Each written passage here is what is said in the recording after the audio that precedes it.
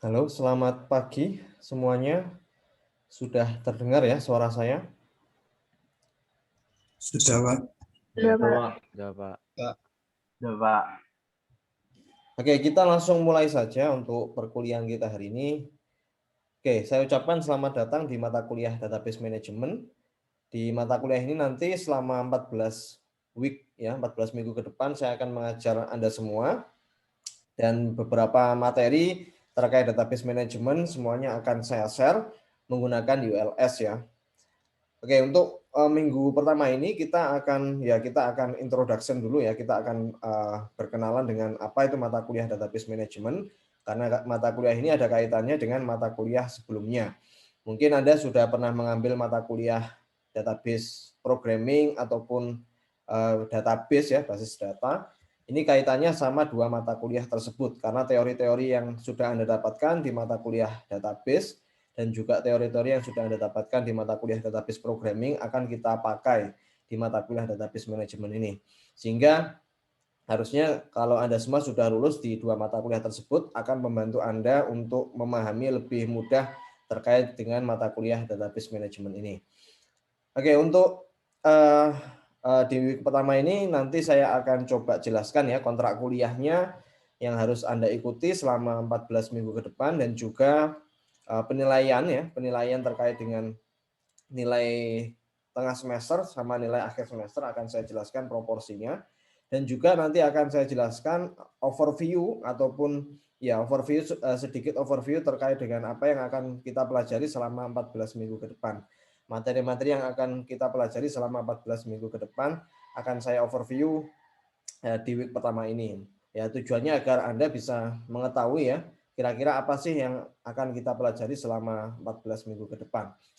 Oke, untuk mata kuliah database management ini modelnya adalah ada konsep dan ada praktikum ya. Karena mata kuliah ini sebenarnya tergantung dari perkembangan waktu. Karena kita menggunakan berbagai macam tools ya.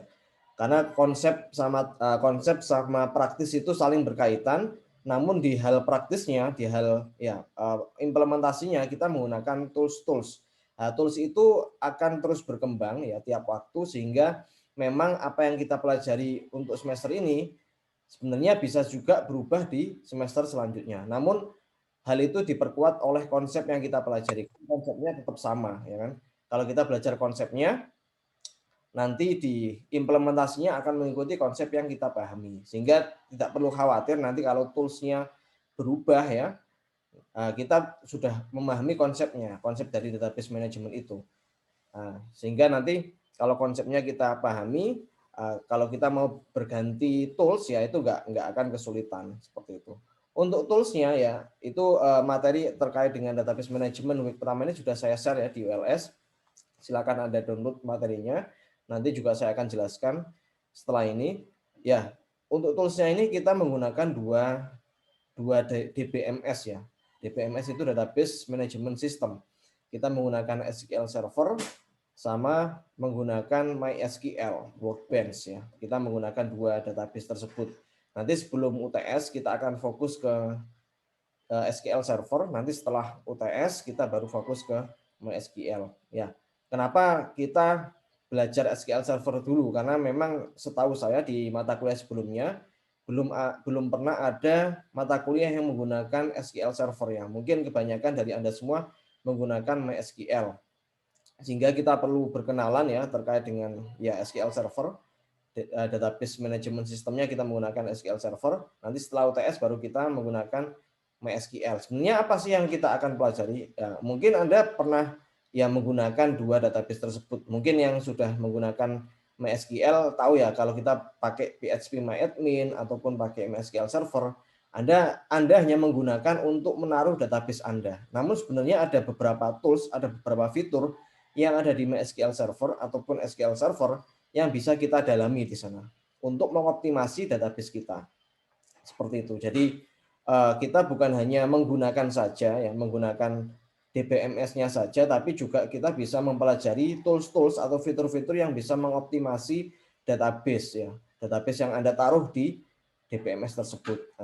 Tujuannya seperti itu. Jadi database management ini levelnya manajemen ya, bukan level desain, bukan level coding ya. Kalau level coding di SQL ya, kalian belajar query dan sebagainya sudah Anda pelajari di mata kuliah database atau basis data. Sedangkan level coding sudah Anda pelajari di mata kuliah database programming.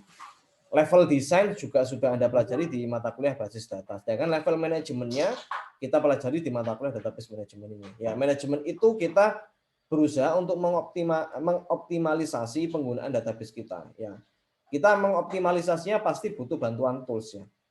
Jadi gimana kita mengelola keamanan dari database kita ya, terus bagaimana caranya kita mengelola database kita biar lebih efektif, itu kita akan pelajari menggunakan ya berbagai macam tools atau fitur yang ada di SQL Server maupun MySQL Workbench. Oke, itu sedikit overview terkait dengan mata kuliah database management ini. Kita langsung masuk saja ke materi ya. Ya ini untuk week pertama ini mungkin kita belum masuk ke implementasi dari SQL Server ataupun MySQL. Kita coba belajar terkait dengan ya pengenalan terkait dengan mata kuliah ini itu seperti apa. Ini saya coba share screen dulu. Oke, ini terkait dengan silabus dan kontrak kuliah kita ya selama 14 minggu ke depan.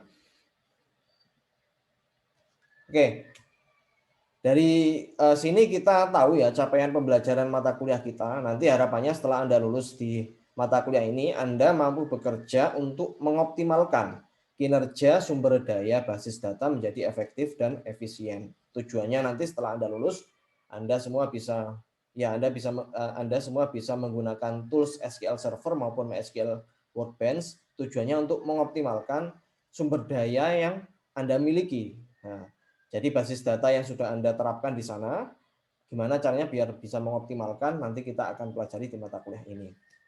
Oke, seperti itu. Jadi tujuannya mengoptimalkan. Mengoptimalkan itu banyak sekali ya kriteria untuk mengoptimalkan database ya. Kita bisa tingkatkan keamanannya ya. Kita bisa percepat running time ya, query running time waktu kita mengeksekusi query kita bisa optimalkan. Oke. Untuk urul kuliah online ya, ini ya harapannya Anda wajib untuk join tepat waktu maksimal pukul 7:05. Yang kedua, aktif dalam segala bentuk tanya jawab ya. Tanya jawab ini bisa waktu live Zoom ataupun waktu kita diskusi melalui grup Telegram. Silakan nanti kalau Anda memiliki pertanyaan ya terkait mata kuliah ini, silakan Anda tanyakan di grup tersebut. Dan yang ketiga, Anda bertanggung jawab penuh kepada keilmuan yang dijelaskan ya. Jadi Anda harus intinya adalah Anda harus jujur waktu mengerjakan tugas ataupun nanti waktu kuis ataupun waktu UTS dan UAS ya Anda bertanggung jawab terhadap keilmuan Anda. Jadi Anda ilmu yang Anda miliki itu tanggung jawab Anda. Anda mendapatkan ilmu tersebut, Anda harus bisa mempertanggungjawabkannya. Seperti itu. Oke, yang keempat, jika ada libur resmi Ubaya atau nasional, maka tidak ada kuliah pengganti dan akan ada tugas. Ya, kalau nanti ada kebetulan nanti waktu perkuliahan kita mungkin ada hari merah ataupun hari libur dari Ubaya, kita tidak akan ada kuliah pengganti, namun akan diganti dengan tugas ataupun mungkin akan diganti dengan video perkuliahan. Nanti silakan Anda lihat di video tersebut. Oke. Untuk penilaiannya, ya, jadi kurang lebih seperti ini untuk MTS sama NAS kurang lebih sama, 20% tugas, 30% kuis, dan 50% UTS. Nah, untuk NAS-nya juga kurang lebih sama, 20, 30, dan 50. Untuk model kuis sama UTS sama UAS, kita modelnya adalah multiple choice ya. Nanti kita menggunakan tools di ULS. Perkuliahannya nanti, evaluasinya nanti berupa soal ya, soal multiple choice. Nanti silakan Anda jawab di ULS. Untuk yang poin ketiga ini, jika Anda ingin mendapatkan nilai A tanpa kuliah, tanpa mengerjakan tugas itu bisa. Karena kita menggunakan konsep merdeka belajar ya. Jadi mungkin Anda ingin mendapatkan nilai A dengan cepat, itu ada beberapa ketentuan. Nah, yang pertama Anda harus bisa lulus sertifikasi ya. Misalnya nanti di tengah kuliah Anda bisa menunjukkan sertifikat sertifikat yang kaitannya sama database management, entah itu dari IBM, entah itu dari Microsoft, Oracle, ataupun AWS, ya mungkin Anda tertarik untuk mengambil sertifikasinya dan Anda lulus, Anda berhak untuk mendapatkan nilai A tanpa harus mengikuti perkuliahan. Nah, kenapa seperti itu? Karena saya percaya kalau Anda lulus sertifikasi, pasti teori-teori yang sudah Anda dapatkan atau Anda pelajari untuk bisa memperoleh sertifikasi tersebut itu sudah memenuhi capaian mata kuliah kita, sehingga Anda tidak perlu mengikuti perkuliahan selama 14 minggu ke depan. Oke, atau ya ini Microsoft SQL Server, kalau Anda dapat menunjukkan sertifikasinya bisa diperlihatkan, tapi sertifikasi yang kaitannya sama database management ya. Kalau sertifikasi yang kaitannya bukan database management ya tidak bisa kita akomodasi untuk mendapatkan nilai A. Oke, nah ini ada dari Oracle juga. Banyak sebenarnya sertifikasi yang kaitannya sama database management. Yang mungkin sekarang lagi yang mudah didapatkan informasinya itu dari Microsoft Azure ataupun Amazon Web Service. Itu bisa Anda ikuti sertifikasinya. Memang untuk sertifikasi itu tidak gratis ya. Ya silakan Anda kalau tertarik ya Anda ikuti, terus Anda bayar biaya untuk sertifikasinya dengan biaya Anda sendiri. Nanti kalau lulus ya nanti otomatis sudah dapat A, nggak perlu ikut kuliah seperti itu ya. Oke, kurang lebih seperti itu untuk rule ya perkuliahan kita di semester ini.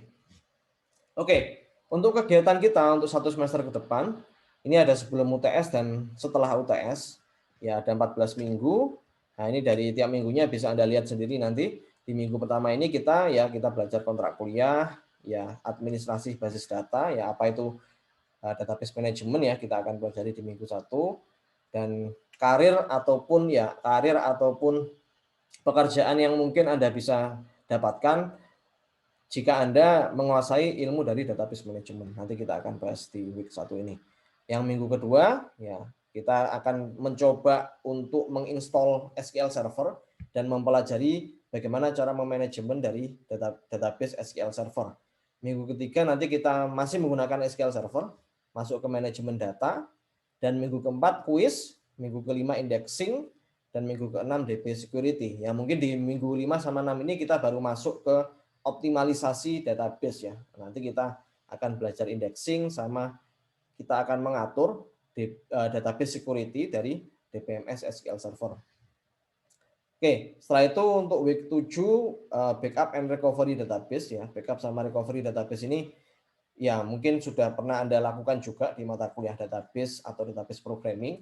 Tapi nanti kita akan coba perdalami lagi di week ke-7 menggunakan database SQL Server.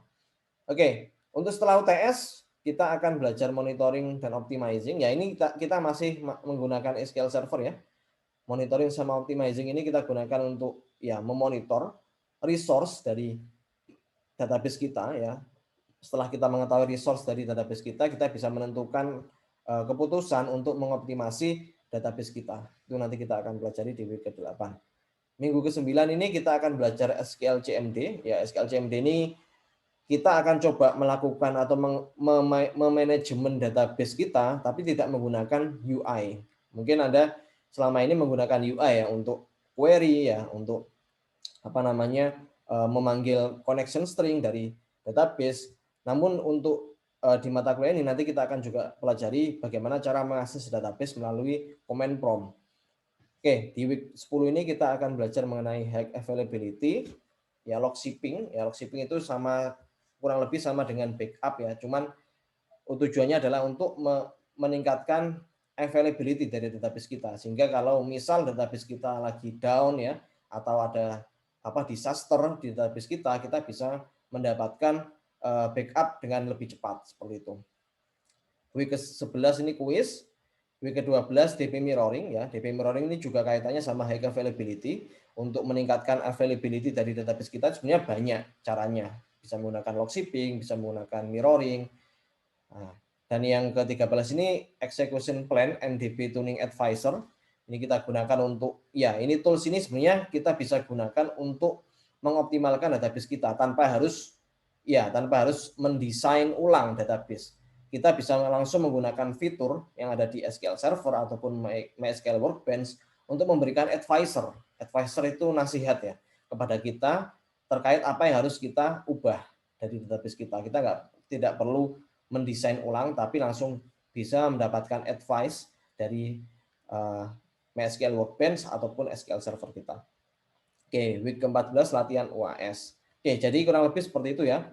Ya ini nanti kita akan coba menggunakan dua database ya, seperti yang saya jelaskan di awal, SQL Server sama MySQL. Nanti kita akan coba selang-seling ya untuk beberapa konsep ini kita menggunakan dua tools tersebut. Namun untuk yang pertama ini untuk week sebelum UTS itu kita fokus di SQL Server dulu. Oke. Untuk referensinya kita menggunakan SQL Server 2014 Administration sama ini bukunya dari Craig Mullins untuk database administration-nya, konsepnya, sedangkan untuk implementasinya kita menggunakan buku dari Adam Jorgensen ya, SQL Server 2014 Administration. Nah, ini kita menggunakan SQL Server 2014. Kenapa tidak versi yang terbaru? Karena memang kita mempertimbangkan dari sisi biaya, karena yang SQL Server 2014 ini free, jadi kita bisa download langsung. Dan perbedaan dengan tools SQL Server yang terbaru itu tidak signifikan, sehingga mungkin bisa kita pertimbangkan untuk menggunakan SQL Server 2014 saja. Dan juga lebih stable. Sehingga nanti kalau misalnya ada error atau bugs, kita bisa temukan dokumentasinya secara lengkap di Google. Oke, kalau Anda nanti memahami konsep dari SQL Server 2014, harusnya tidak akan sulit untuk bisa adaptasi di SQL Server yang versi yang terbaru. Misalnya nanti kita menggunakan cloud database ya. Cloud database itu ya kurang lebih kalau kita menggunakan service yang miliknya Microsoft ya, Microsoft Azure atau MS SQL Server yang versi terbaru, itu tidak berbeda jauh dengan apa yang kita pelajari menggunakan SQL Server 2014, sehingga kita putuskan untuk menggunakan versi 2014. Untuk link downloadnya bisa Anda lihat di ULS ya. Karena memang untuk SQL Server 2014 ini kita tidak bisa download langsung dari website resminya Microsoft karena memang sudah discontinue. Tapi dokumentasinya masih cukup banyak. Nah ini nanti saya sediakan linknya di ULS, bisa Anda download dari sana. Oke, itu kurang lebih apa yang kita akan pelajari selama 14 minggu ke depan sama kontrak kuliah kita. Nah, nanti setelah ini kita akan masuk ke materi ya, materi di week pertama. Tapi sebelum kita masuk ke materi week pertama, mungkin ada pertanyaan dari teman-teman sekalian, bisa ditanyakan, bisa lewat chat, bisa juga lewat langsung speak ya di Zoom.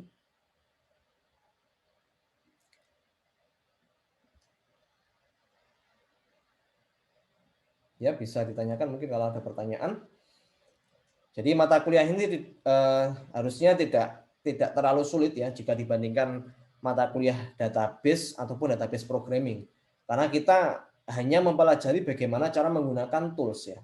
Kalau Anda belajar database, Anda harus memahami logika, logik, konsep bagaimana mendesain sebuah database.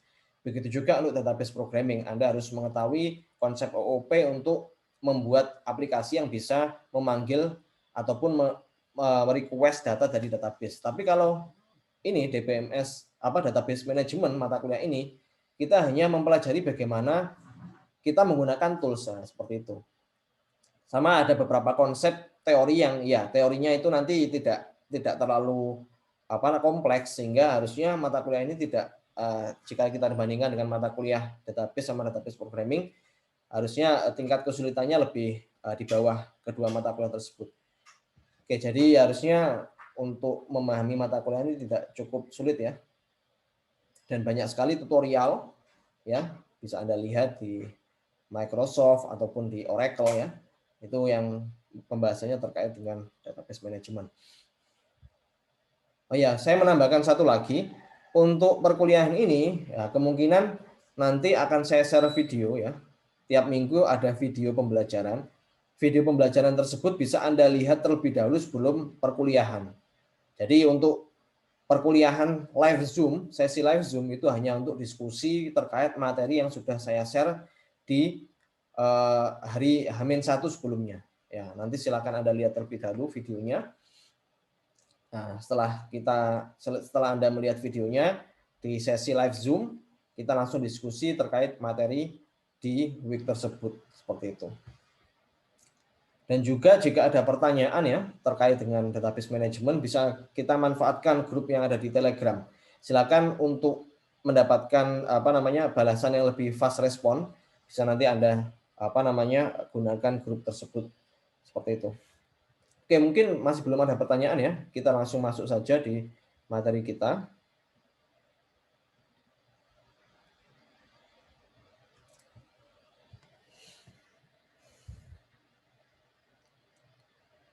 Oke.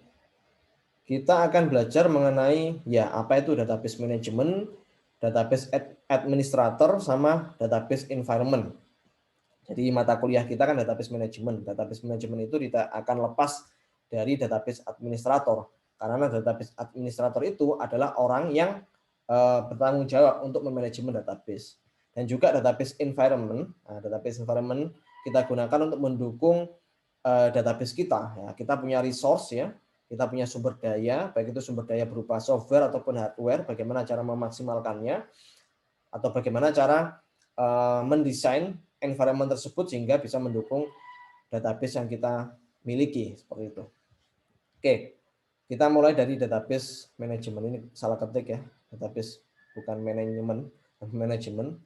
Oke, jadi apa itu database management? Nah, database management adalah proses merencanakan, mengorganisir, dan mengkoordinasi, serta mengontrol sistem basis data. Jadi, database management itu kita tidak mendesain sebuah database, tapi kita hanya mengorganisir, kita mengkoordinasi, dan mengontrol. Nah, merencanakan sebenarnya opsional. Merencanakan itu adalah tugas dari database designer. Nah, yang mendesain sebuah database itu database designer, sedangkan database administrator dia sudah menerima, ya, dia sudah memiliki database design yang sudah dibuat oleh database designer. Yang tugas database administrator hanyalah mengorganisir, mengkoordinasi, dan mengontrol sistem basis data.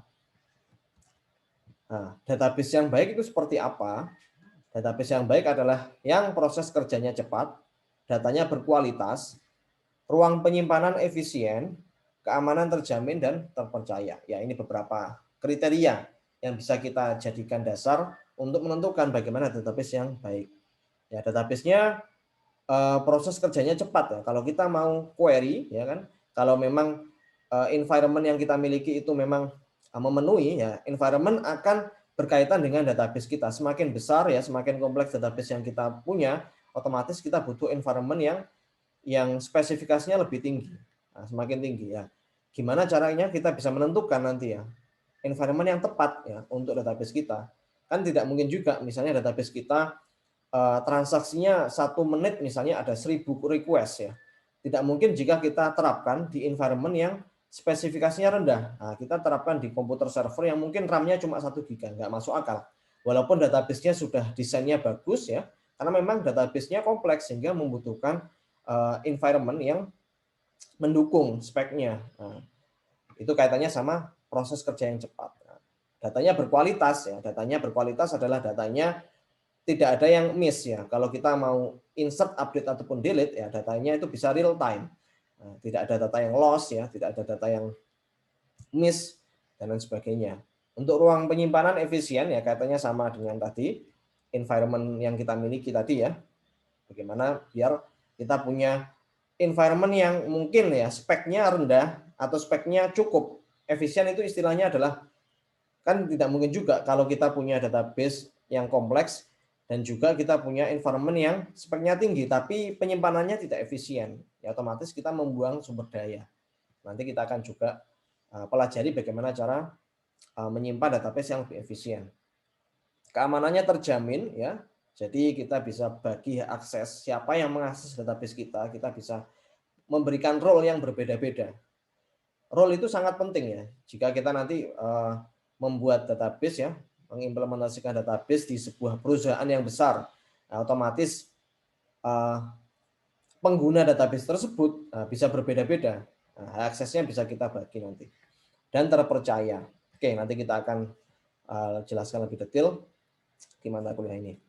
Oke, peran database management dalam sebuah sistem informasi adalah mengolah sebenarnya. Nah, mengolah database-nya sudah ada, kita olah, Sehingga proses pengolahan itu bagaimana biar kita pikirkan bagaimana proses pengolahan tersebut agar bisa lebih efisien. Nah, tujuannya seperti itu. Oke ya, jadi ada input, output, ya, informasi. Nah, informasi itu bisa juga nanti kembali ke input lagi. Tapi kita tidak perlu memperhatikan desain dari database. Nah, itu sudah dibuat oleh database designer.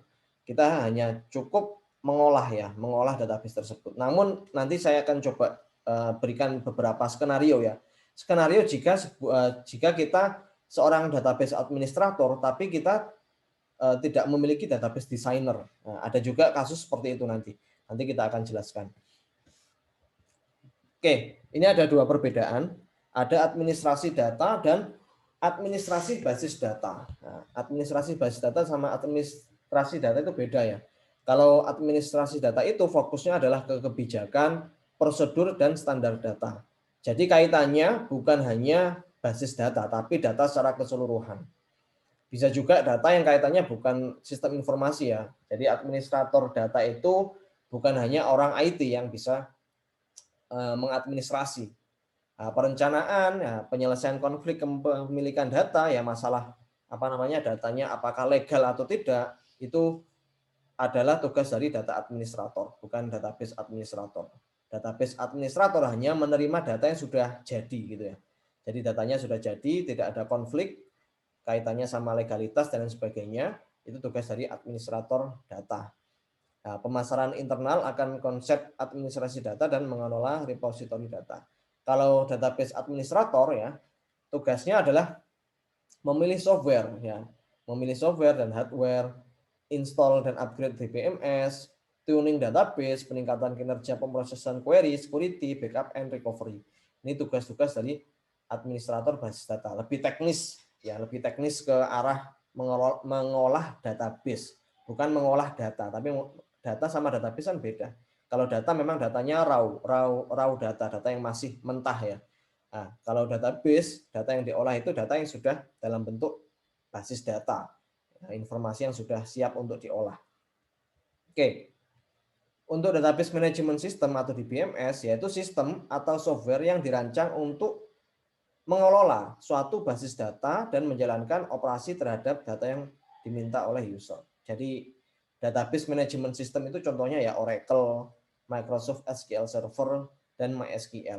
Mungkin Anda selama ini salah istilah, database-nya pakai apa? Database-nya pakai SQL Server. Kurang lengkap harusnya. DBMS-nya pakai apa? DBMS-nya pakai SQL Server. Itu lebih betul. Jadi MySQL sama SQL Server itu adalah database management system. Software yang kita gunakan untuk mengolah database. Seperti itu. Oke, itu istilah dari database management system. Kita masuk ke database administrator. Ini adalah orang yang mengolah database-nya, yaitu seorang IT profesional yang bertanggung jawab untuk melakukan instalasi, konfigurasi, upgrading, administrasi, monitoring, maintenance, security database dalam sebuah organisasi. Ya, ini adalah kalau kita nanti Anda lulus ya di mata kuliah ini, Anda bisa disebut sebagai database administrator. Ya, mungkin di kuliah ini kita hanya belajar teori. Ya, ilmu praktisnya memang kita akan coba, mungkin nanti akan saya berikan beberapa case study ya di perusahaan jika ada masalah atau problem seperti ini bagaimana cara menyelesaikannya. Ya, nanti di sela-sela kuliah akan saya coba berikan beberapa case study.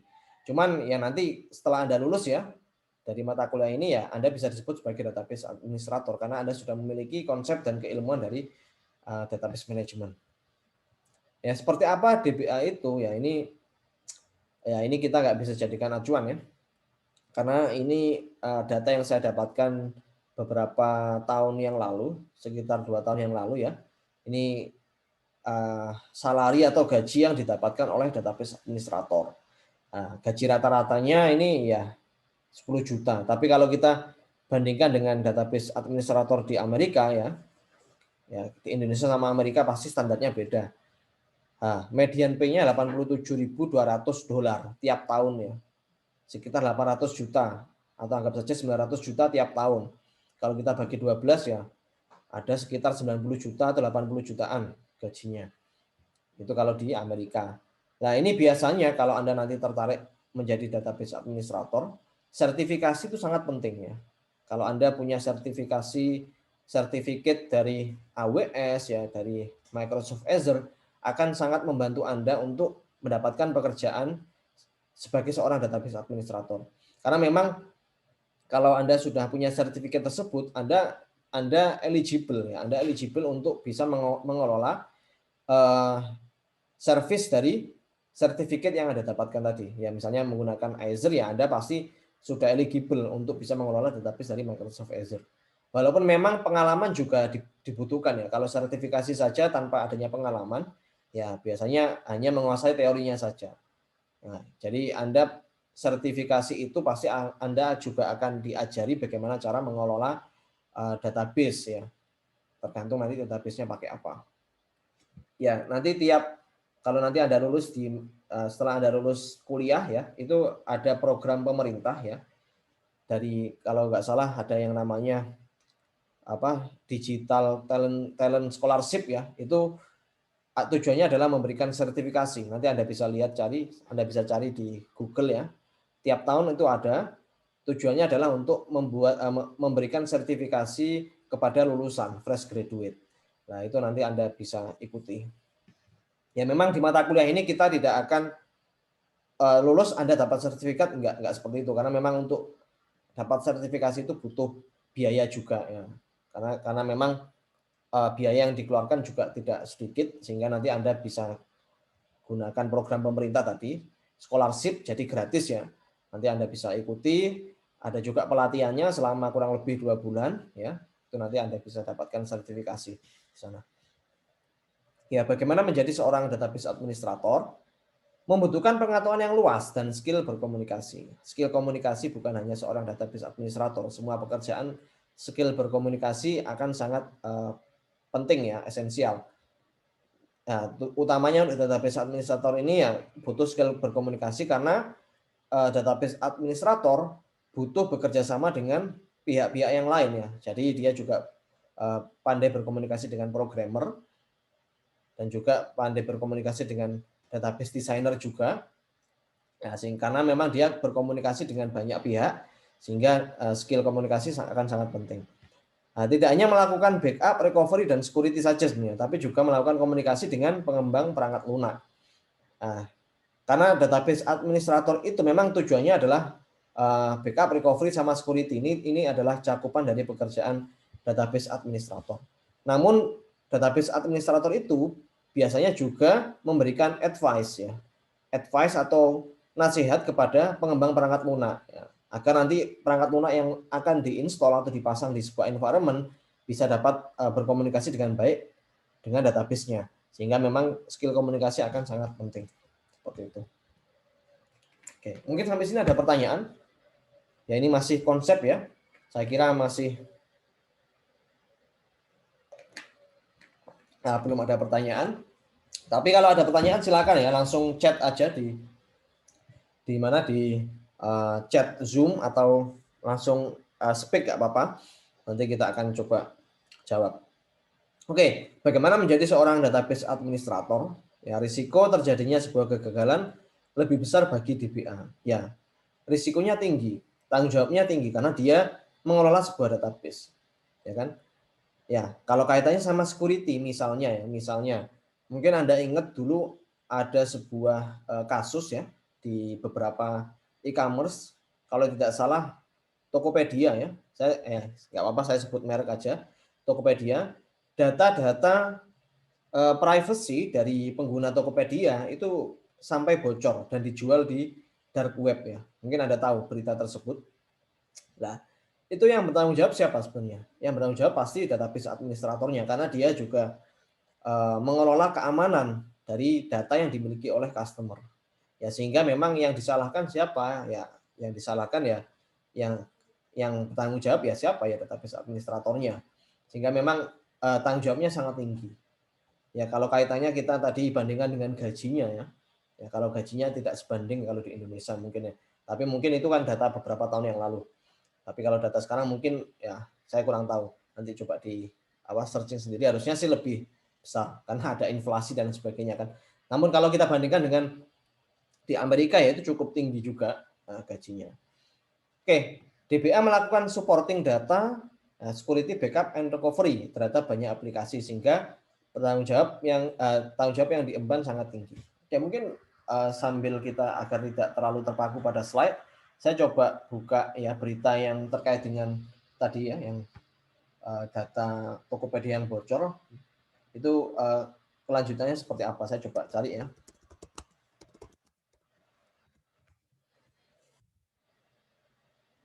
Ini ada berita dari Kompas ya. Data pengguna Tokopedia bocor, cek apakah akun Anda terdampak. Tapi sebenarnya seperti ini, kalau logikanya, kalau data kita sudah bocor ya itu data nggak bisa diambil lagi karena sudah bocor ya. Kita sebagai customer apa yang harus kita lakukan? Ya otomatis kita harus mengupdate data kita. Seperti itu. Yaitu ini datanya kurang lebih 15 juta. Pengguna Tokopedia diduga bocor di dunia maya. Bahkan kabar terbaru menyebut datanya 91 juta dan dijual di situs gelap. Nah, dark web. Ya, data privacy sangat penting sebenarnya ya. Seperti nomor telepon ya, terus kalau data yang kita simpan di Tokopedia pasti mungkin alamat ya, alamat, nomor telepon itu juga penting sebenarnya. Mungkin ada beberapa perusahaan ataupun penyedia jasa yang menggunakan verifikasi ya, verifikasi nomor telepon ataupun verifikasi alamat rumah. Kadang ada beberapa yang menggunakan hal tersebut sehingga kalau data kita bocor ya itu akan sangat berbahaya. Ya. Datanya dijual $5.000 ya. Sekitar 74 juta. Ya, lumayan mahal ya data. Data itu sangat penting, informasi itu sangat penting ya.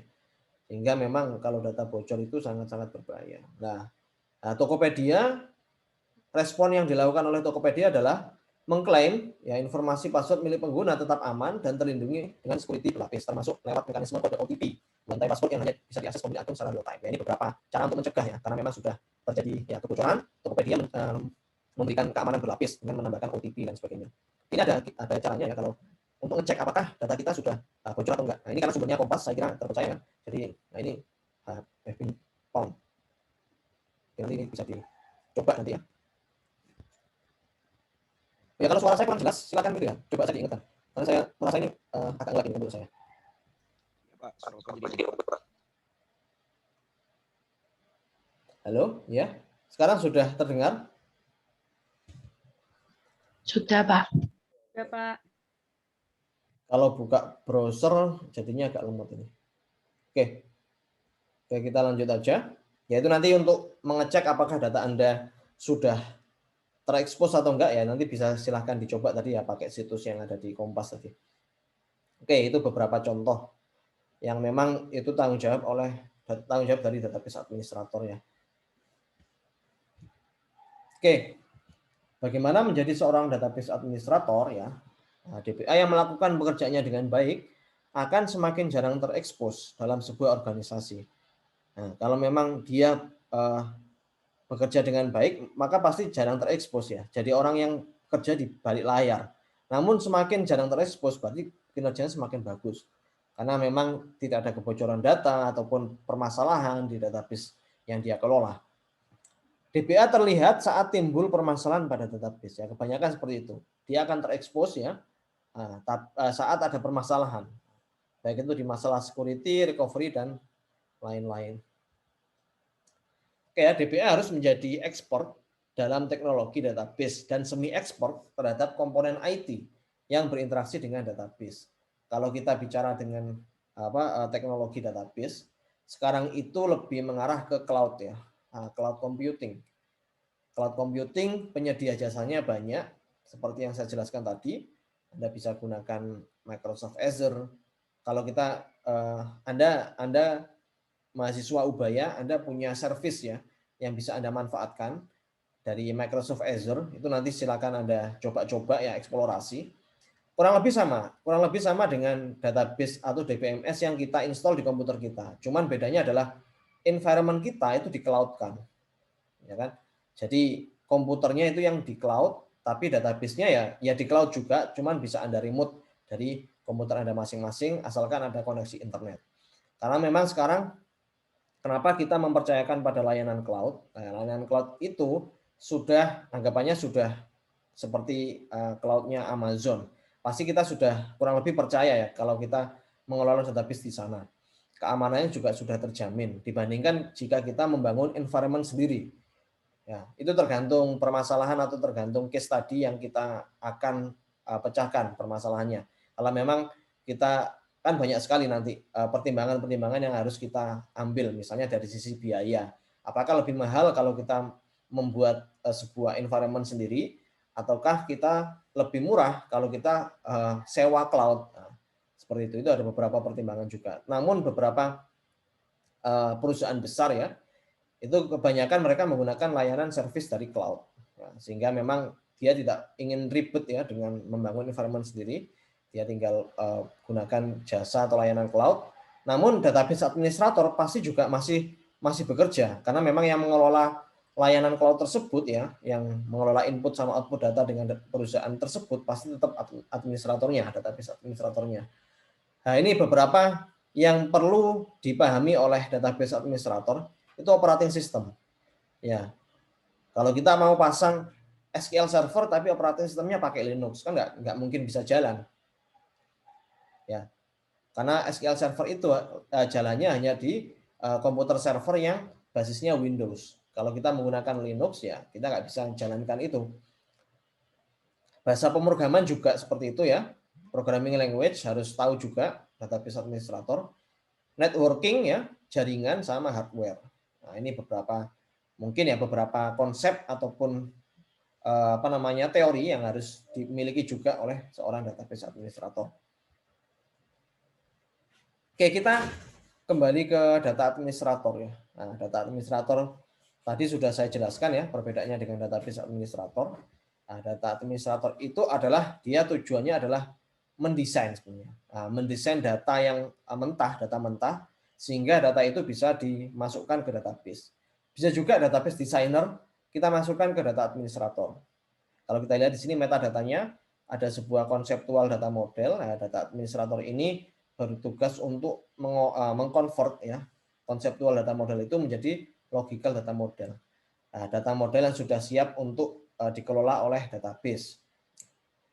Contohnya ERD, Anda membuat ERD pasti mempertimbangkan data-data yang dimiliki oleh customer Anda. Misalnya Anda mau membuat sebuah program, konsep datanya seperti ini ya, konseptual data modelnya seperti ini. Data administrator, ya kalau memang dia mendesain database ya dia harus bisa mengkonversikan dari data mentah itu menjadi logical data model yang siap untuk diolah oleh database administrator. Oke, nanti kita coba lihat. Nah, ini ada data administrator, ada juga sistem administrator. Nah, sistem administrator atau SA, dia tugasnya adalah bertanggung jawab terhadap instalasi dan setup dari DBMS. Dan SA memastikan infrastruktur IT yang diterapkan seperti DBMS telah terkonfigurasi untuk bekerja dengan server lain yang bersangkutan. Jadi istilahnya kalau sistem administrator itu dia yang mengelola environment, resource ya. Ya, resource-nya bisa berupa operating system misalnya. Operating systemnya yang cocok untuk database-nya yang dikelola itu apa? Ya, itu yang sebenarnya itu tugas sistem administrator. Tugasnya database administrator itu bukan menyiapkan environment sebenarnya, tapi mengoptimalkan database. Namun ada kalanya di sebuah perusahaan dia tidak memiliki sistem administrator dan tidak memiliki data administrator. Sehingga semua pekerjaan ini mulai dari mengelola IT infrastructure, data and metadata policy, analysis, design, development, testing, implementation, sampai dengan maintenance, itu bisa juga tugasnya seorang DBA. Ya kan? Oleh karena itu tadi saya jelaskan mengapa database administrator dia harus menguasai yang namanya networking, dia harus menguasai konsep dari operating system, konsep dari database, dan programming. Karena memang jika tidak ada sistem administrator dan data administrator, maka semua pekerjaan itu adalah tanggung jawab dari DBA. Ya, ini bisa Anda lihat if no SA, if no DA. Itu tugas database administrator. Namun bisa kita lihat sebenarnya kalau ada data administrator sama sistem administrator, tugas dari database administrator hanyalah ya mungkin dia juga mengelola desain database tapi porsinya tidak banyak ya. Karena memang desain database itu adalah tugas dari data administrator. Nah, tugas dari database administrator hanyalah mendevelopment. Ya, database yang sudah jadi itu dia kelola. Menguji database manajemen sistemnya, jalan atau enggak, dan mengimplementasikan, dan maintenance atau tuning. Itu tugas dari database administrator. Tapi kalau tidak ada SA sama DA, itu semuanya pekerjaan dari database administrator. Oke, memang ini pembagiannya bisa berbeda ya tergantung perusahaan. Biasanya memang untuk optimalisasinya memang kita bedakan antara SA, DA sama DBA. Ya, namun jika tidak ada DA dan SA ya semua itu pekerjaan dari database administrator. Oke, ini kaitannya dengan beberapa yang kita pertimbangkan untuk menentukan jumlah DBA yang dibutuhkan. Nah, bisa jadi di sebuah perusahaan dia memiliki employee DBA yang lebih dari satu, tergantung dari skala database yang dikelola. Kalau kita bilang tadi Tokopedia, ya pasti kita yakin DBA-nya tidak cukup satu, karena skalanya sudah besar database-nya. Kita bisa lihat tadi di contoh ada 91 juta data pengguna. Nah, pasti database-nya juga skalanya akan sangat besar. Nah, itu biasanya kaitannya dengan jumlah DBA yang dibutuhkan. Ya kan? Nah, ada juga kaitannya sama service level agreement. Ya, ini kaitannya dengan legalitas data dan sebagainya. Tapi sebenarnya ini tugas dari data administrator tadi ya. Setelah ini. Oke, ada juga ya ininya database-nya DBMS yang dipilih itu apa? Misalnya sebuah perusahaan dia ingin merekrut seorang DBA yang ahli di DBMS MySQL atau ahli di DBMS SQL Server. Nah, tergantung dari database yang digunakan oleh perusahaan tersebut. Nah, memang ada juga memang beberapa perusahaan yang mungkin dia menggunakan dua DBMS. Dia sudah punya DBMS SQL Server, dia sudah punya DBA-nya, dia ingin merekrut DBA yang baru yang ahli di MySQL, misalnya seperti itu. Dan sebagainya. Itu kaitannya dengan jumlah DBA yang dibutuhkan oleh sebuah perusahaan. Oke, kita sudah bahas tadi masalah database administrator sama data administrator ya. Kita masuk ke database environment. Database environment adalah tempat di mana database itu akan berjalan ya. Resource yang kita miliki ya. Bagaimana strategi untuk membangun database untuk perusahaan kita ya. Pemilihan DBMS clustering, masalah hardware sama cloud database. Ya, kalau kita ingin sebagai database administrator, tugasnya adalah kita bisa menentukan, kita bisa memberikan keputusan kira-kira DBMS apa yang paling cocok untuk perusahaan, untuk sebuah perusahaan. Ya, tadi seperti yang saya bilang, banyak kriteria yang harus dipertimbangkan untuk memilih database. Ya, biasanya biaya. Biaya itu sangat berpengaruh ya terkait dengan pemilihan database. Misalnya ingin yang gratis ya kita menggunakan yang open source, miliknya MySQL. Nah, kita tidak perlu lisensi di sana. Namun memang ada beberapa case yang tidak bisa diselesaikan dengan MySQL misalnya. Nah, kita bisa menggunakan database yang DBMS yang berbayar seperti SQL Server. Ya, itu semuanya kaitannya sama decision dari seorang database administrator. Nah, DBMS clustering. Nah, DBMS clustering ini kita gunakan untuk mengcluster database. Jadi, jika kita punya database ya, kita bisa cluster. Nah, database yang kaitannya mungkin ya, untuk karyawan kita jadikan satu cluster, untuk customer kita jadikan satu cluster. Tujuannya untuk mempercepat proses. Nah, proses query, ya proses running time dari database itu biar lebih efektif, kita bisa clustering. Hardware-nya, environment-nya, sama cloud database. Nah, kalau kita menggunakan cloud database ya kita nggak perlu punya hardware yang speknya tinggi. Kita cukup bayar saja tiap ada beberapa service yang memang dia pay as you go. Pay as you go adalah kita membayar sesuai dengan apa yang kita gunakan. Ya, ada juga yang dia monthly atau yearly pembayarannya tiap bulan atau tiap tahun. Tidak memandang berapa banyak ya query yang dilakukan dalam jangka waktu tertentu. Nah, itu ada beberapa service yang bisa kita gunakan, ada dua jenis service ya. Tapi biasanya beberapa seperti Microsoft Azure, setahu saya dia adalah pay as you go. Jadi kita membayar sesuai dengan permintaan. Misalnya memang database kita kompleks ya, transaksinya juga banyak, ya. Jadi ya semakin besar dana yang kita keluarkan seperti itu. Ya mungkin beberapa service yang lain ya, cloud yang lain ada yang menerapkan juga pembayarannya tiap bulan atau tiap tahun.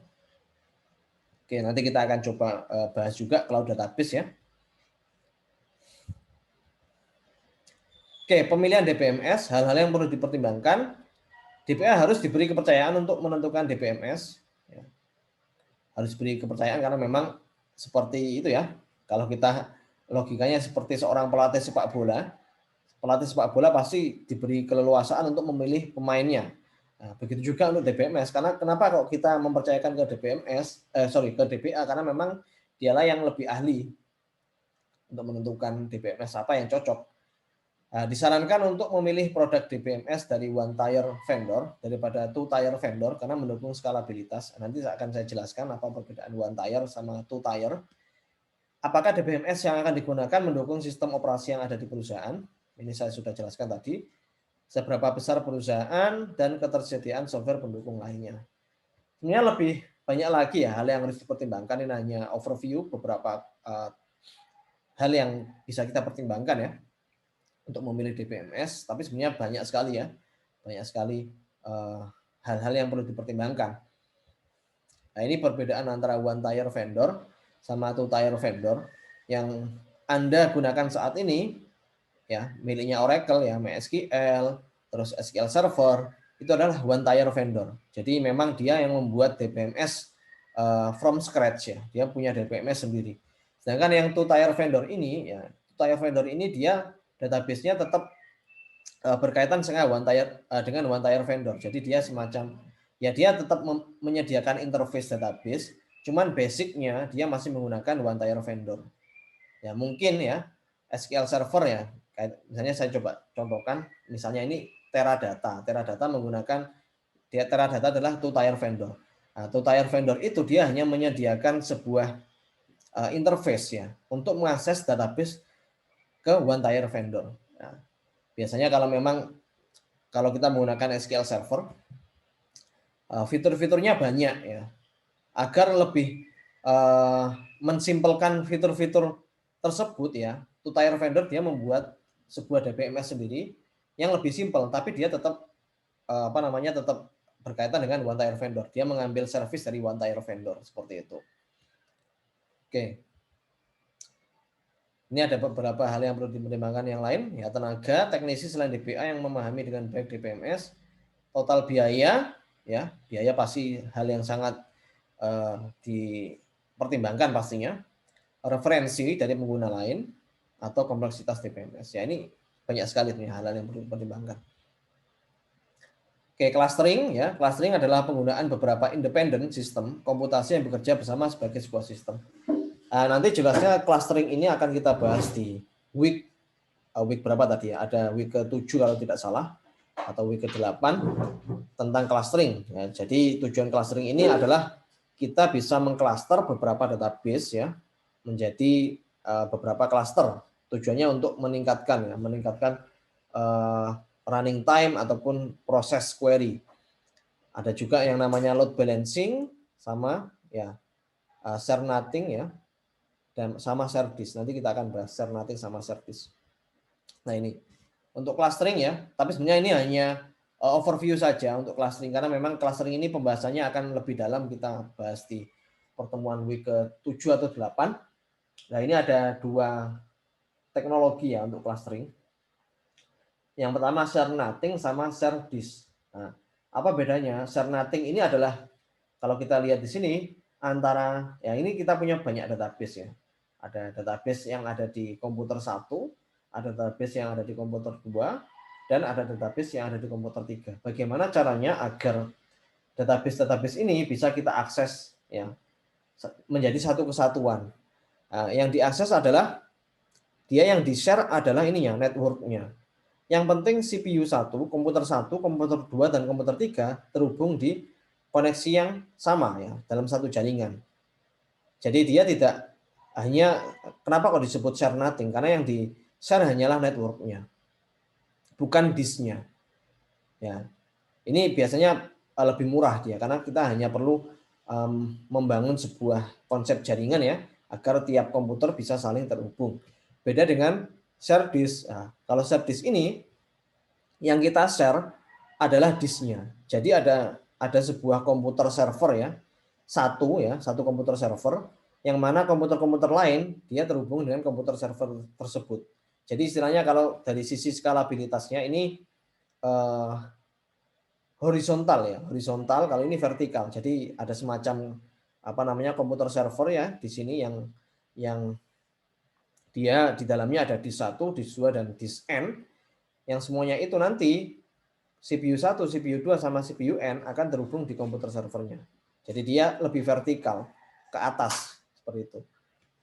Oke, nanti kita akan jelaskan lebih detail lagi di itu ya teori clustering. Nah, ini perbandingan share nothing sama share disk. Kalau share disk ini dia lebih cepat adaptability-nya. Jika nanti memang kalau kita menggunakan share disk, jika query-nya itu sangat banyak, transaksinya sangat banyak, akan lebih efisien jika menggunakan share disk.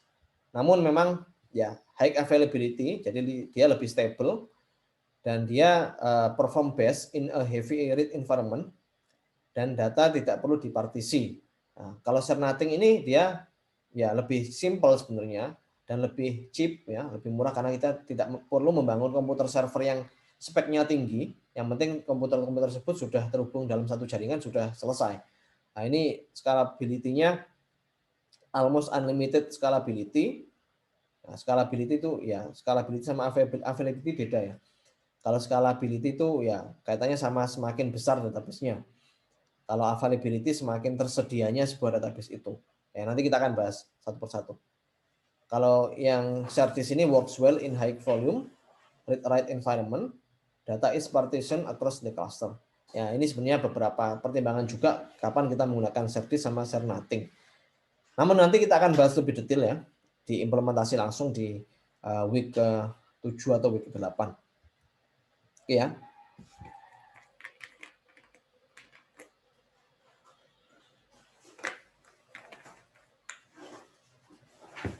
Oke, masalah hardware. Kenapa hardware itu sangat berpengaruh? Ya, kalau kita nggak punya hardware, ya kita nggak akan bisa menjalankan database kita. Sangat berpengaruh pada keandalan, reliability, skalabilitas, dan ketersediaan. Semua itu ya kita jalankan di sebuah komputer, sebuah environment hardware. Harus diperhatikan juga tentang biaya, pengalaman, pengelolaan, dan kebutuhan aplikasi yang akan dikembangkan. Ya, ini masalah klasik ya. Kita nanti bahas. Kalau memang kita punya database ya kita jalankan di sebuah environment hardware. Nah, kalau database ini sebuah database yang dapat diakses oleh klien dari cloud service yang didistribusikan ke user melalui internet atau cloud provider. Oke, nanti di week kedua nanti. Halo? Halo, sudah terdengar ya suara saya? Dengar, Pak. Terdengar, Pak. Iya, Pak. Ya, ini week pertama memang kita masih teori, jadi jangan ngantuk dulu. Nanti week kedua baru kita masuk ke implementasi, kita akan coba-coba bagaimana cara mengimplementasikan SQL Server ya. Nanti kita akan coba install SQL Server. Itu SQL Server cukup besar itunya, size-nya ya. Sekitar 1 giga, nanti silakan Anda download di link yang sudah saya sediakan di ULS.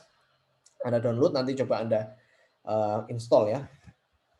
Oke, ini cloud database. Kelebihannya kemudahan akses di mana saja, kapan saja, dan dengan perangkat apa saja. Kelemahannya level keamanan yang rendah karena online. Tapi sebenarnya ini bukan hal yang menjadi kelemahan lagi sebenarnya.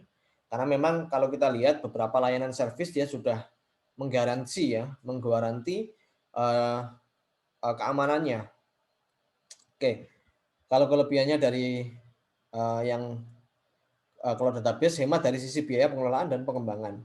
Hemat itu juga opsional sebenarnya. Kalau database kita skalanya kecil, tapi kita menggunakan layanan cloud, itu bisa jadi biaya yang kita keluarkan lebih mahal.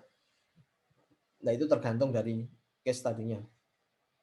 Keterbatasan jumlah data yang dapat disimpan, membutuhkan bandwidth internet yang besar jika data yang diolah juga besar. Ini beberapa kelebihan sama kelemahan database. Cloud database. Nah, ini kalau database yang bisa kita lihat ada SimpleDB, ada XE-Round, sama Microsoft SQL Azure. Oke, ini ada tugas ya. Nanti tugasnya akan silakan Anda lihat ya. Jadi Anda perlu menginstal SQL Server 2014 di PC atau notebook pribadi Anda. Buat minimal 2 instance ya. Apa itu instance ya? Silakan nanti Anda eksplorasi sendiri. Bagaimana cara membuat instance? Jadi gini, saya jelaskan terlebih dahulu apa itu instance.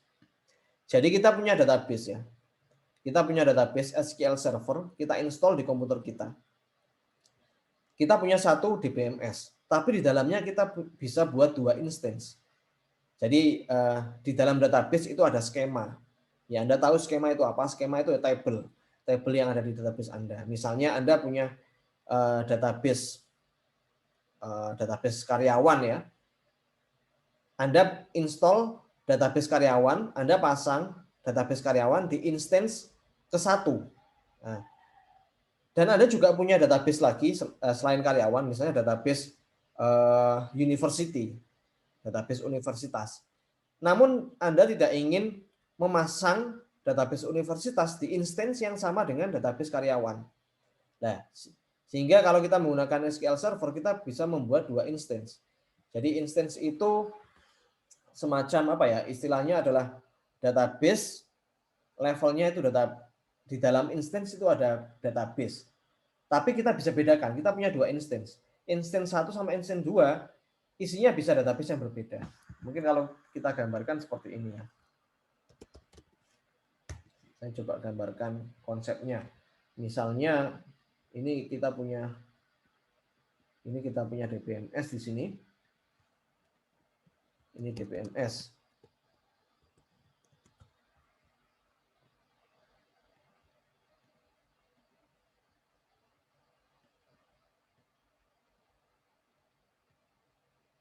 Nah, ini DBMS. Setelah itu kita punya instance di sini. Ini kita punya instance.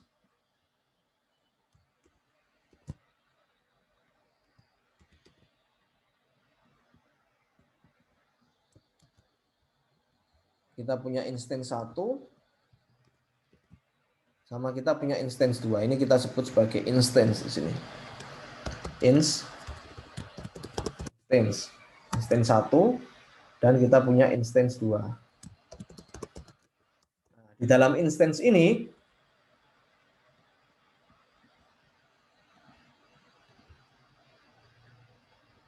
ini oke gini. Nah, di dalam instance kita punya yang namanya skema ya. Skema ya database. Misalnya database karyawan tadi sama database university itu kita sebut sebagai skema ya. Nah, ini kita punya scheme. Misalnya ini karyawan ya. Bentar. Nah, ini tujuannya adalah untuk memisahkan. Jika nanti Anda mau membangun database yang konsepnya lebih rapi, jadi Anda bisa pisahkan antara instance 1 sama instance 2. Instance 1 ini saya fokuskan untuk mengelola data karyawan misalnya.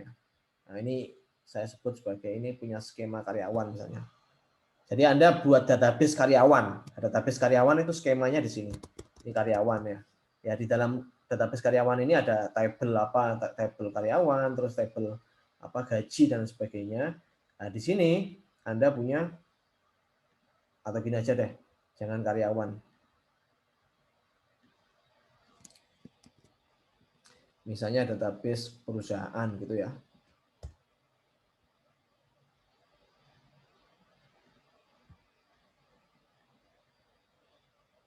Atau bentar. Staff gitu aja. Ini instance 1 digunakan untuk staff ya. Yang 2 ini untuk ini anggapannya kita coba contohkan misalnya di Ubaya misalnya, tapi nggak seperti ini. Ini ada student misalnya. Nah, semua database yang kaitannya sama staff itu saya simpan di instance 1. Nah, ini DBMS masih punya masih punya IP yang sama ya, misalnya IP-nya IP komputer Anda misalnya. Nah, gini, ini IP-nya ini. Nah, kalau mau akses instance 1 sama instance 2 ya sama, IP-nya tetap ini. Nah, tujuannya agar lebih itu ya, karena kita tugas database administrator kan mengelola, agar pengelolaannya lebih rapi ya, kita bedakan antara instance 1 sama instance 2. Misalnya semua database yang kaitannya sama student mahasiswa kita bisa akses melalui instance kedua. Kalau yang kaitannya sama staff ya kita bisa taruh di instance ke-1. Nah, dari sini kita bisa atur ya environment kita. Misalnya agar terbentuknya load balancing. Apa itu load balancing? Ya, agar proses transaksi itu bisa lebih efisien. Misalnya kalau kita punya instance 1 sama instance 2, kita bisa batasi. Misalnya memori yang digunakan untuk instance 1 kita batasi jadi 1 giga saja. Karena memang student yang lebih banyak melakukan transaksi di database, sehingga instance kedua ini saya beri memori yang lebih banyak. Nah, sehingga agar lebih load balancing. Nah, itu seperti itu kurang lebih. Karena memang staff itu jumlahnya terbatas ya. Anggap saja di Ubaya staffnya hanya 1000, studentnya bisa 10.000. Nah, sehingga instance-nya ini bisa kita bedakan. Environment-nya ini bisa kita bedakan spek-nya. Nah, ini database student kita taruh di sini ya. Nah, contohnya seperti ini. Itu kita sebut sebagai instance. Ya, ini bisa juga banyak ya. Instance 1 database-nya bisa staff ya. Ini student ya. Nah, ini instance yang kedua pokoknya kaitannya dengan mahasiswa. Kita taruh database-nya di sini. Ini database, bukan table tapi database ya. Nah, ini apa namanya? Ini database ya. Database student. Untuk saya tulis aja deh. Nah, ini database staff sama database student. Di dalam database student itu ada tabel-tabel yang lain juga. Nah, seperti itu. Misalnya tabel pembayaran, ya kan, tabel keuangan dan sebagainya. Lah, kalau kita menggunakan SQL Server, ya ini kita bisa membuat instance 1 sama instance 2. Nah, itu gimana caranya? Silakan Anda explore sendiri ya. Lebih efektif jika nanti Anda explore sendiri terlebih dahulu. Setelah itu nanti jika ada problem kita akan bahas bersama-sama. Dibandingkan langsung saya memberikan solusinya, Anda tinggal mengikuti, saya kira kurang efektif. Sehingga Anda harus explore sendiri terlebih dahulu. Nanti jika ada permasalahan baru kita bahas. Oke, jangan lupa memberikan SA password saat proses instalasi. Nah, SA password itu apa? Silakan dieksplorasi sendiri. Buat rangkuman tidak perlu ya. Anda tidak perlu membuat rangkuman. Saya kira juga membuat rangkuman bukan hal yang efektif. Yang penting simpel saja, Anda screenshot ya hasil instalasi plus instance-nya. Kan ada 2 instance tadi. Silakan nanti Anda coba screenshot hasil instalasi SQL Server-nya yang menunjukkan instance-nya. Atau gini aja, screenshot instance-nya aja. Instance-nya Anda, kalau Anda berhasil screenshot instance, otomatis kan Anda juga sudah berhasil menginstall SQL Server. Sehingga yang harus Anda lakukan hanyalah screenshot saja. Seperti yang saya jelaskan tadi, Anda bertanggung jawab terhadap keilmuan Anda. Jadi jangan men-screenshot pekerjaan milik teman Anda. Silakan Anda screenshot pekerjaan. Halo, sudah terdengar ya? Iya, Pak. Oke. Sudah, Pak. Oke, screenshot-nya dalam bentuk ya JPG atau PNG. Setelah itu silakan Anda apa namanya upload di ULS paling lambat minggu depan. Nah, untuk linknya ya, link SQL Server ada di ULS. Silakan Anda nanti buka ULS Anda. Saya tidak bisa buka Chrome di sini ya. Saya tidak buka browser saya, nanti lemot ya. Sehingga nanti silakan Anda download sendiri link SQL Server 2014 ada di ULS. Oke, mungkin sampai situ saja perkuliahan kita hari ini. Kalau ada pertanyaan silakan Anda tanyakan sebelum saya akhiri perkuliahannya. Jika tidak ada pertanyaan, Anda nanti kalau pertanyaannya belum muncul, silakan nanti kita manfaatkan grup Telegram ya. Itu kita bisa diskusi bersama. Diskusinya bukan hanya antar saya dengan Anda semua ya. Anda bisa saling diskusi di sana. Jadi kalau ada problem-problem yang terkait instalasi SQL Server bisa kita diskusikan di sana. Oke, mungkin sampai sini ada pertanyaan. Silakan kalau ada pertanyaan.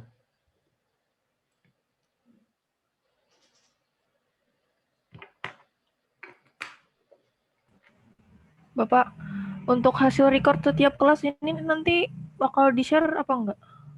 Setiap perkuliahan akan saya share linknya, link YouTube-nya akan saya share. Saya share di Telegram nanti ya, sama di ULS.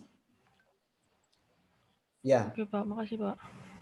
Untuk perkuliahan tiap minggunya jangan khawatir jika nanti ada yang masalah koneksi ya, koneksinya kurang bagus, terus Anda tertinggal materi, itu nanti akan saya share recording videonya tiap minggu itu di hari H. Nanti akan saya share.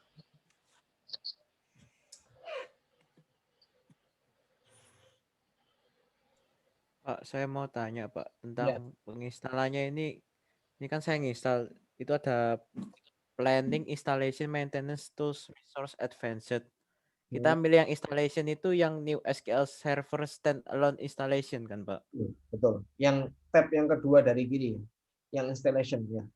Ya, Oh, situ. Pak. Ada Ya. video tutorialnya juga kan Pak di linknya itu. Kalau nggak salah saya lihat nih. Ada linknya di situ. Ya, itu link Ada video tutorial. Link YouTube-nya Pak Felix ya, semester lalu, tapi nggak apa-apa, kamu bisa jadikan bisa dijadikan referensi juga, tapi yang diinstal Pak Felix yang semester lalu itu hanya 1 instance, masih belum 2 instance. Ya, ini tugas Anda install yang 2 instance. Tapi nggak apa-apa, silakan Anda lihat videonya di YouTube ya. YouTube-nya Pak Felix ada di mana di ULS. Oh, saya hide ini dokumentasi SQL Server. Tapi saya itu aja, saya coba unhide saja. Itu ada dokumentasi instalasi SQL Server. Ini miliknya Pak Felix di semester lalu, tapi nggak apa-apa, bisa Anda jadikan acuan atau referensi untuk instalasi SQL Server. Seperti itu. Di SQL 14-nya juga ada itu Pak, video linknya. Oh, di sini ada juga. Di webnya bukan dari ULS. Ya, lebih bagus sih, nggak apa-apa. Bisa di.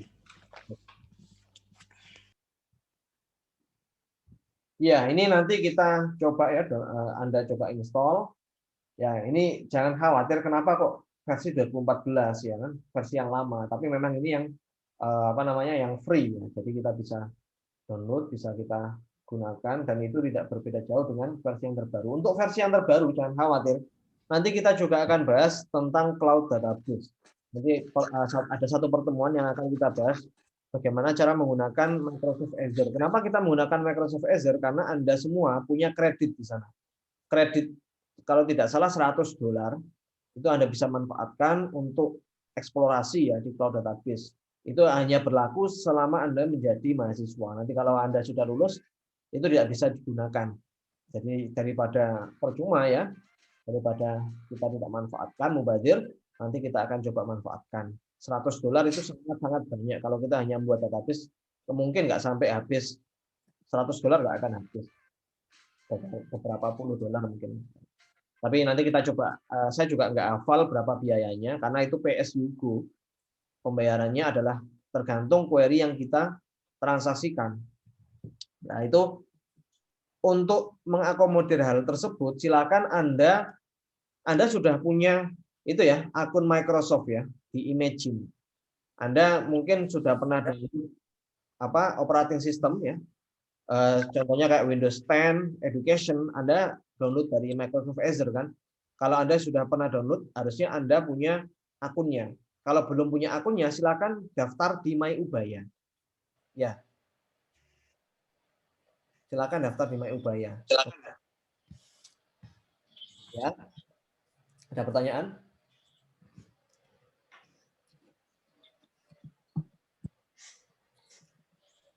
Silakan Anda nanti login di Microsoft Azure. Nanti tutorialnya akan kita bahas di beberapa pertemuan ke depan. Ini suara saya jelas ya?